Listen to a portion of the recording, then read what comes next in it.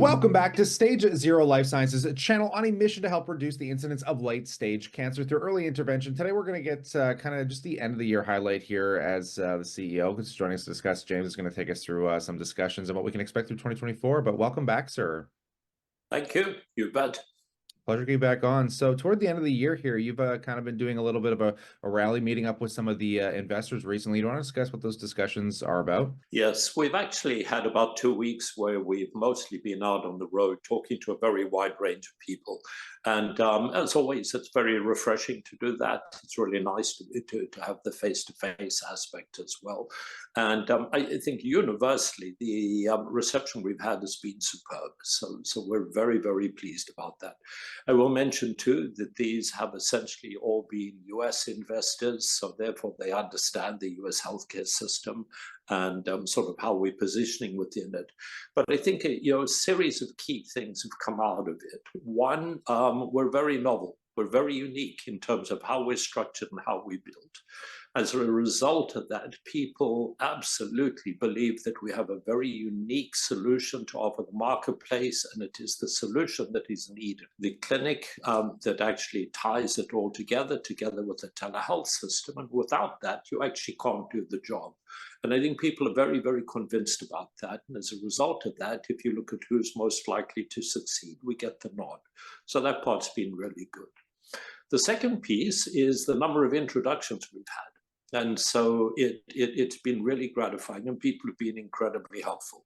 So it's a matter of, have you spoken to this group? Have you thought of them? And it's everything from foundations that want to work with us around certain of the cancers, as we look at the Care Oncology program, but even as we look to even develop additional tests into Aristotle.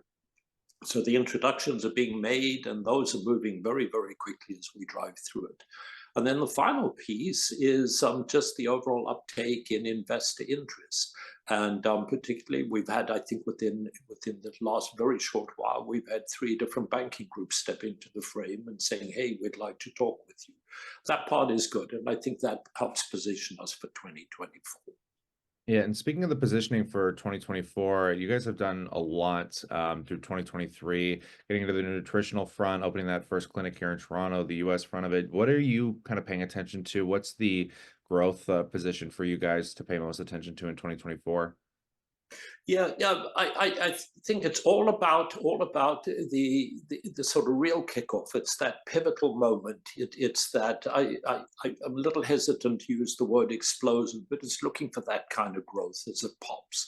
So it is that thing. We think it's the transformational year as we drive through it.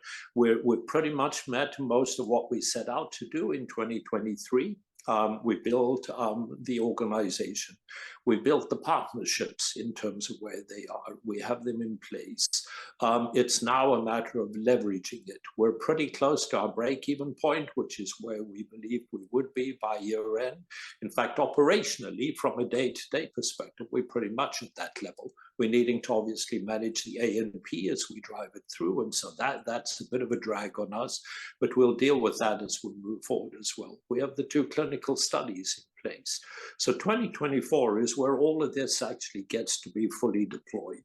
And so you look at that and you go, okay, in Q1, Q2, Q3, we should look for continued growth as we build it out. We will add additional partnerships. That's part of what I think I was talking about a little earlier, particularly as we get new introductions. We're expanding the clinic. We're hiring additional clinical staff, literally as we speak.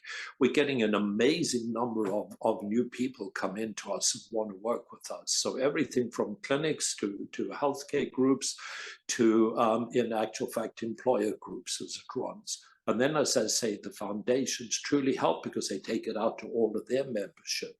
And so you look at that and you go, okay, nicely built, nicely in place. Now we just need to make sure that we execute as flawlessly as possible.